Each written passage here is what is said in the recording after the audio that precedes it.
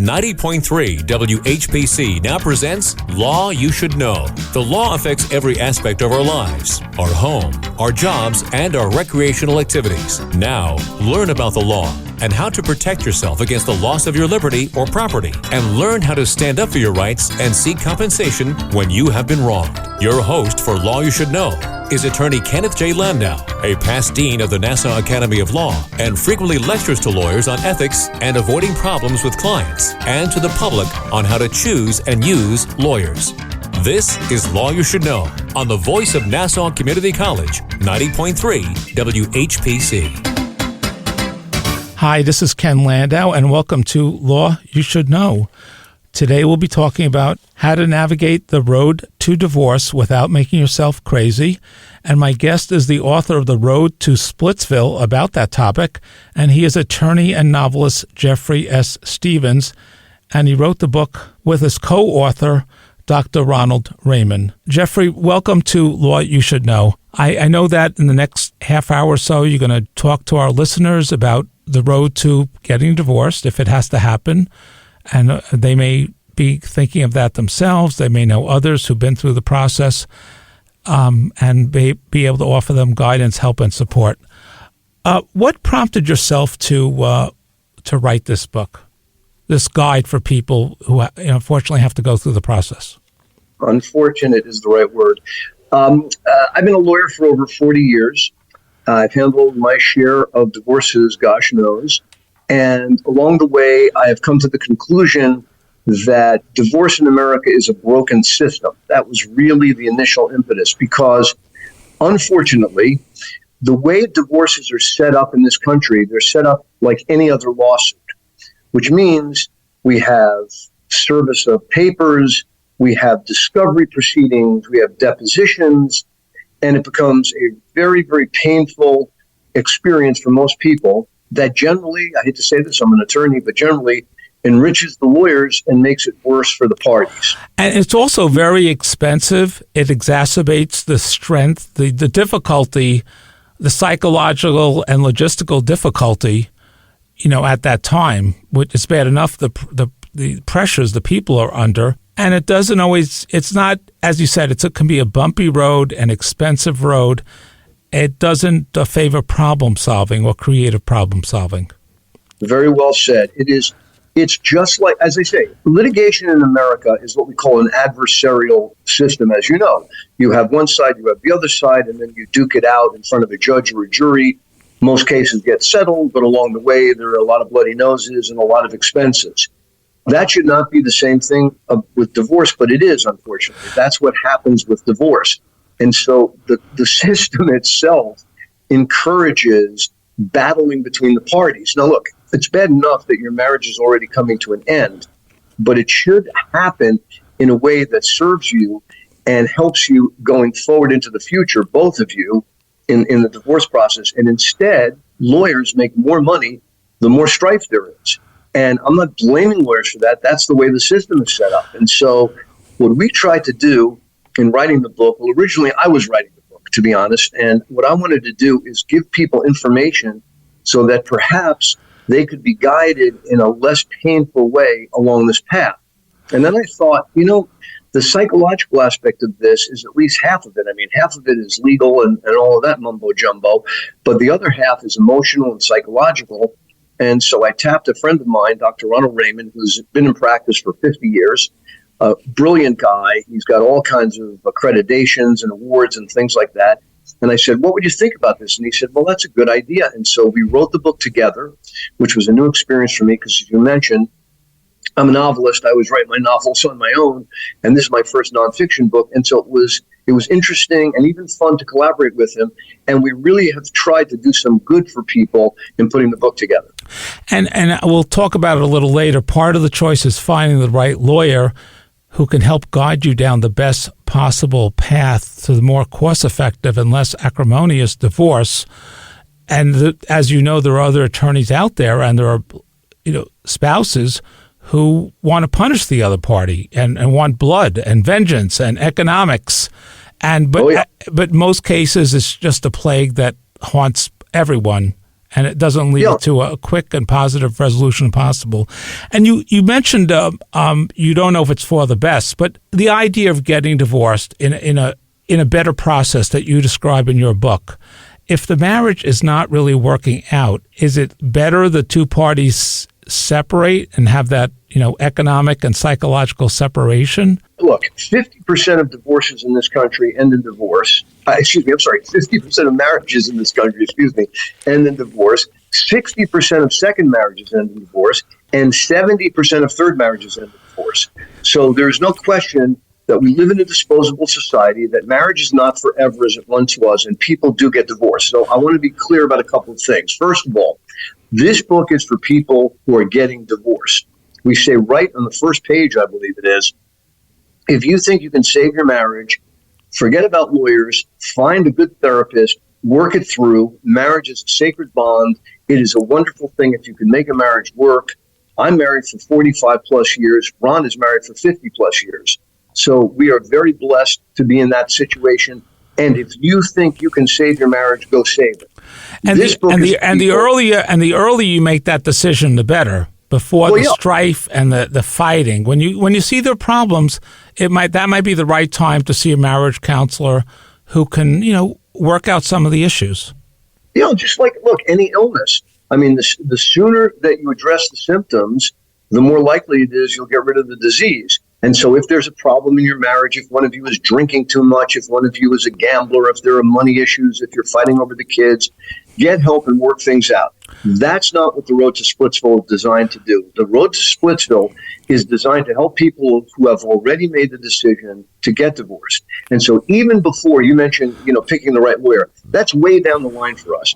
We believe there are a lot of action steps that the two of you need to take first to save yourself a lot of money in legal fees, keep the lawyers out of the process in the beginning, work together. Even if you hate each other, there are ways to work together so that you can save money, save aggravation, make it less stressful for yourself, make it less painful for your children, and start to build the kind of communication that can lead to what I would call a good divorce rather than a bad divorce. And if someone...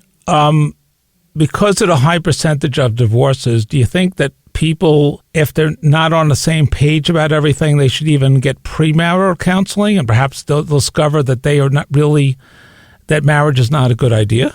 I don't know that I can make that judgment for people. If you're saying that people should be careful about getting married, Ken, I would say, boy, absolutely. I mean, you're not buying a car. You're not even buying a house. You're building a life partnership. And you better be careful. And if you have doubts, and I've seen that many times, by the way, if you have doubts, you better address those doubts before the two of you take the leap. But, that's a personal decision for people. I did interesting because what I pledged when I wrote this book was I would not do any more divorces. And of course, I wrote the book and now everyone wants me to handle their divorce. And I say, no, I'm sorry, that wasn't the deal. Go read my book, but I'll help you through the process if you want. And I recently did, apropos what you're saying, a very interesting prenup. And go ahead. The prenup, the negotiation for the prenup, Ken, it was almost as bad as a divorce because the two families got involved. The young woman and the young man were pretty much okay, but the families got involved in who had what money and who had what assets and how are they going to deal with these things. And eventually, this other lawyer and I got through it, and they got married, and they seemed to be happy. But yes, you've got to be careful before you make the leap. You mentioned that second and third marriages fail at an even higher rate. What do you think the reason is for that? I think that, and I love that question, because I think the reason is that people tend to make the same mistakes, and that's one of the most important things about our book. If you don't mind, I'd like to mention something early in the book, and Sure. This is to the credit of Ron Raymond.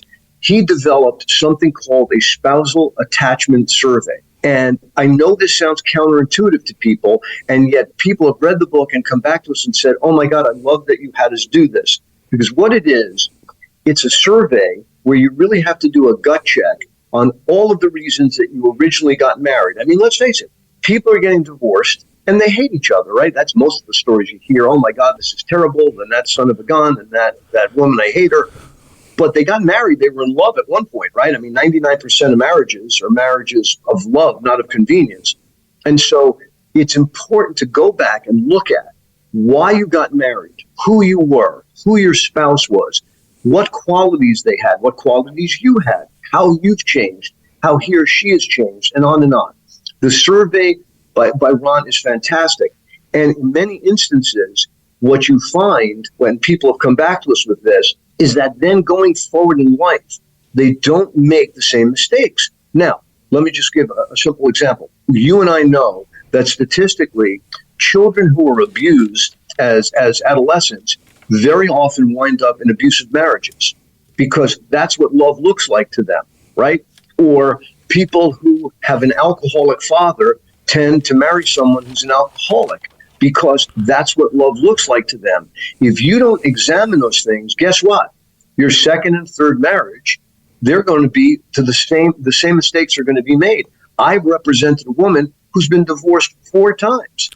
4 times. And also, if you growing up, your parents did not have the best relationship, that was your model.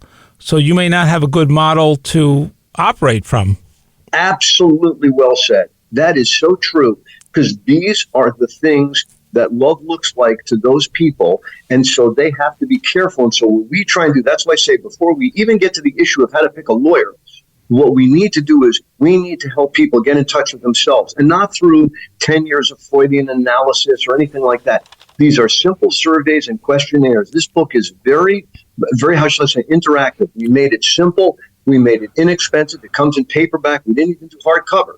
We want people to be able to buy this book, do the work in it, and come away saying, oh, okay, I can make this happen. Like, for example, take 2 spouses who absolutely cannot communicate, and whatever other problems they have, that's one of the issues in the marriage, and now they're getting divorced. We want to help those people be able to communicate. Otherwise, guess what happens? And you already said it. The lawyers take over. They start handling the divorce. They start running up the bills. They start putting doubts in their clients' minds about, is he hiding money? Is she hiding money from you? Did she do something terrible? And the bills just go up and up and up instead of the parties communicating with each other. Remember, you were in love at one point in time. There was a relationship there. Let's try and work through this and get to the end game. Right. We know we're going to be divorced. I'm not trying to save the marriage. I'm trying to save their sanity. I want to just ask you a question about that. But first, I just want to remind our listeners that we're talking about navigating the road to divorce without making yourself crazy, and I would say, or going broke. My guest is attorney Jeffrey S. Stevens, who is co-author of this book, and he's also a novelist. And the co-author of this book is Dr. Ronald Raymond, our psychologist. So having the discussion is good, but if there's a lack of trust, or one person feels they're going to be abused, or they're not on a level playing field, it may be hard for them to have that discussion.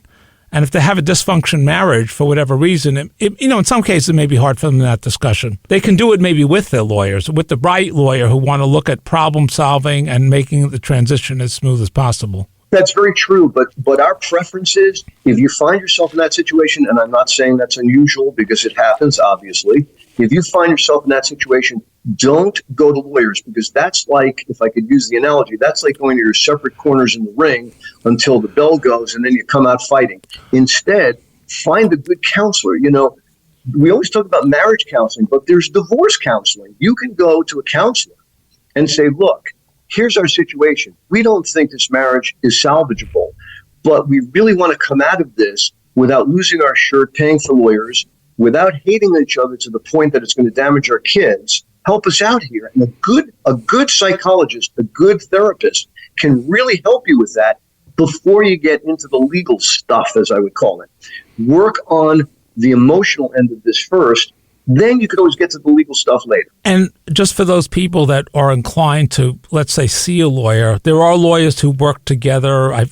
There's a special term for it where the lawyers cooperate. Collaboration. A collaborative divorce. That's a field of matrimonial law where the lawyers support you, but they work together to try to make the best situation. Yeah, we talk about that in the book. Collaboration is sort of interesting, Ken, because what they do is, The only way collaboration works, by the way, and I say this to your listeners, and I hope they hear me, is this. You have to sign a retainer agreement with the lawyers where they agree that if the collaboration doesn't work and if you don't reach an agreement, that neither of them can then be involved in an adversarial divorce proceeding.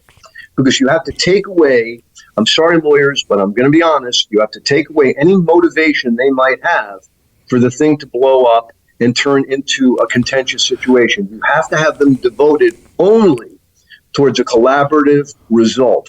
If you do that, it sometimes works. I'm not the hugest fan in the world because I feel that sometimes you have to pay these lawyers for the collaboration, and if it falls apart, you have to start all over again with lawyers. And also maybe you have to give up too much because they want to get the divorce done, and if one person, is willing to give up more to get to that, I'm not sure. I think they would take that road, but I'm not sure about that. I do want to mention there are different types of lawyers out there. There's the lawyer who may be the pit bull and can try to get vengeance and blood, which is not going to be productive in the long run for the divorce or the aftermath, and certainly the worst scenario economically. But there may be some lawyers out there who will support you, try to work productivity, to get this done on a cost-effective basis through discussions and different conferences, even if it's not called collaborative divorce, or guide you through the process. And some courts, have encouraged fact-finding and productive discussions rather than Rambo litigation. No, there's no question. I agree with you. I know a lot of lawyers that I respect who will do that and who are honest and who will work towards a result. But our process is even better than that, which is keep the lawyers out of it in the beginning. If you have trouble communicating, find an intermediary who can work with you, either a psychologist, a therapist, a mediator. Go to a mediator. I just did one. It was very interesting, actually. They were extremely wealthy people. They were getting divorced, which I felt was kind of sad because one of the parties wants a divorce and the other really doesn't. But, once one party is out, they're out. And so what I did was I acted as sort of not exactly a mediator, but more as an advisor. So I was fair with both sides. I took no sides with either of them. I explained the law. We discussed different things. We brought together a bunch of financial information. The wife felt slightly disadvantaged, as you described, because the husband knew much more about the finances than she did because he was the earner, and on and on. And we pretty much, from what looked like an impossible situation at the outset, in not too many sessions, brought them very, very close together. And I said, okay, now go get two honest lawyers and tell them this is what you think is fair. This is what we came to, and see if you get this wrapped up. And it looks like it's going well for them. I think that's a great process. And I just want to say, if you feel a little overwhelmed or you feel you might be taken advantage of, you could always bring a friend or relative with you to support you during these discussions. No question. Or an advisor. Yes. I find many times one of the parties wants to get, generally people are married, they have the same accountant, not always, but generally. I've had situations where they bring the accountant in because the accountant knows the finances. And this way they say, listen, you could trust me. There's nothing hidden here. Or a good friend, as you say. Got to be careful about friends, though, unless they really have some expertise. But again, counselors, mediators, an experienced attorney who's going to take neither side. As you say, collaboration is a possibility. There are many different roads to go before you get into the ring and start punching each other. Okay. And we want to keep you out of that situation because it doesn't serve anyone. We worry about the parties. We worry about their children. We worry about their finances and so forth. And I know you have a lot of information over many chapters in your book, and I'd like to go through some of them with you. Let's start out with why marriages fail. What are some of the takeaways from that, and perhaps how people can try to avoid those pitfalls? Well, unfortunately, Ron was out of town. I would love for him to have joined us for this because he's so articulate on these issues. But I will pick up what he says, which is, in the final analysis, the key thing that breaks down in a marriage is trust. And so here, let me give examples that we all know of. One party cheats on the other with some other person.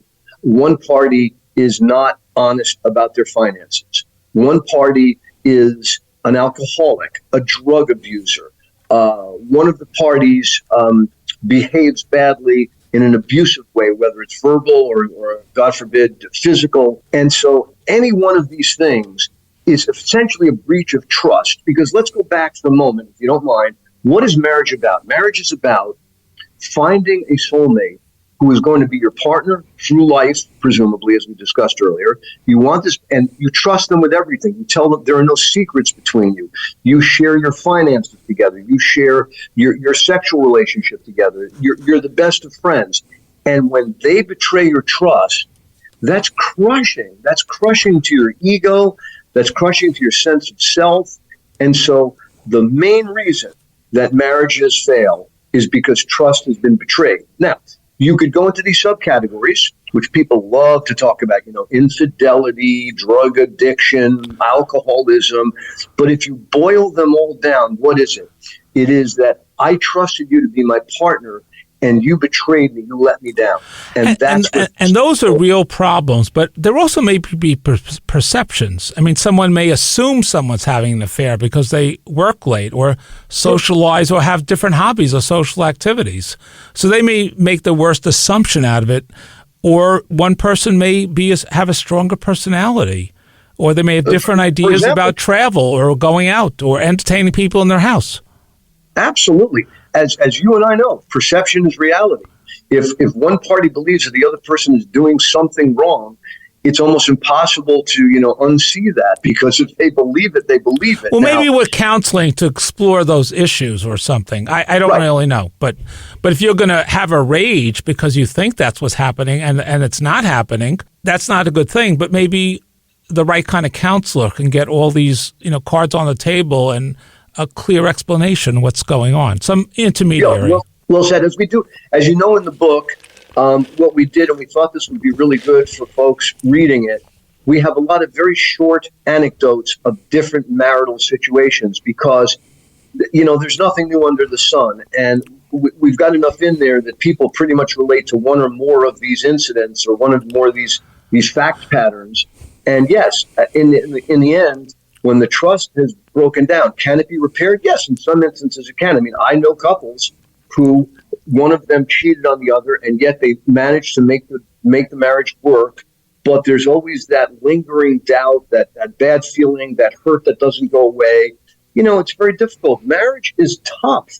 Marriage is not for sissies. Marriage is really something. And the other thing on the economic front, different people may have different ideas about separate spending or spending on a hobby or something that one person enjoys, and some people, don't want to give independence or discretion to the other person, and some people spend too much. So, well, that's a brilliant point, because I've known of situations where the parties to this day, I mean, like they're in their 60s and whatever, and they don't even share bank accounts. They have separate bank accounts. Or they're arguing over the value of a $2 bagel. I mean, some people, you can hear that happening around you. Some people, there has to be an independent zone. You can spend up to $100 on this or that without a group discussion. Right. But the idea is, if you have those rules, you have, whatever your rules are, whatever rules you have in your marriage, you have to abide by them. I mean, look, I've known marriages that have fallen apart because one of the parties had a much stronger sex drive than the other party. So one party wanted to have sex, X numbers a month, and the other party was happy with Y, number of times. And we have to keep this program G-rated. But what is the solution to that? Well, the solution G-rated. Is go to counseling. Yes, no, I'm keeping it clean. But no, you go to counseling and you see if you could work out and find a happy medium, because you can't have a situation where one party is then going astray because they feel unfulfilled. Because again, we get back to infidelity, breach of trust, and the marriage falls apart. And if you go to the right counselor, there may be underlying medical or psychological issues that cause that problem. No question. Or anger, or any of these other things, or inflexibility about economics or spending or activities or anything else. Sure. Or let's talk about alcoholism for a moment. Some people, genetically and through familial experience, like you've said, how they grew up, they're predisposed to alcoholism, whereas the other party is a teetotal. That's something maybe they should have known before they got married, but the fact of the matter is that these are problems that have to be resolved between the parties. And just going back to your book, you mentioned you have questionnaires to resolve any discrepancies, to try to bring them to the surface, to see if there's a path to resolution. Jeffrey, we only have a few minutes left in this program. We are going to have another program about the actual process and getting through the process legally and emotionally and the post-divorce issues. But for this program, just tell us on your website and what information is available on your website and where this book, How to Navigate the Road to Divorce Without Making Yourself Crazy, by yourself, Jeffrey S. Stevens, attorney, and your co-author, Dr. Ronald Raymond, Ph.D., can be found. Yes, thank you. The name of the book, again, is The Road to Splitsville. The website is www.theroadtosplitsville.com. And it's available. The easiest place to get it is on Amazon. As I say, it's a paperback. I think it's $18 or something. I think it's a valuable resource. My books are under my name, Jeffrey Stevens, Stevens with a PH, if you're looking for me on Amazon. And my latest book is just coming out. And those are novels. But and what's the name of your newest book?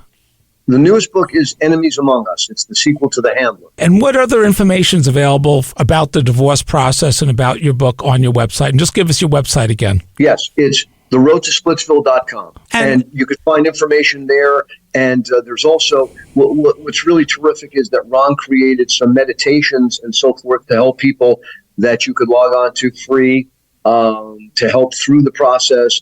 Because let's face it, divorce, as I said right at the outset of the program, divorce is not easy. We recognize that, and we try and help people. And if someone is unhappy in their marriage, they should do something about it, whether it's counseling, whether it's an open, honest discussion, or if necessary, get divorced. Well said. If you're unhappy in your marriage, the first thing to do is discuss with your partner the reasons for your unhappiness, to explore whether or not there's an opportunity to repair the damage.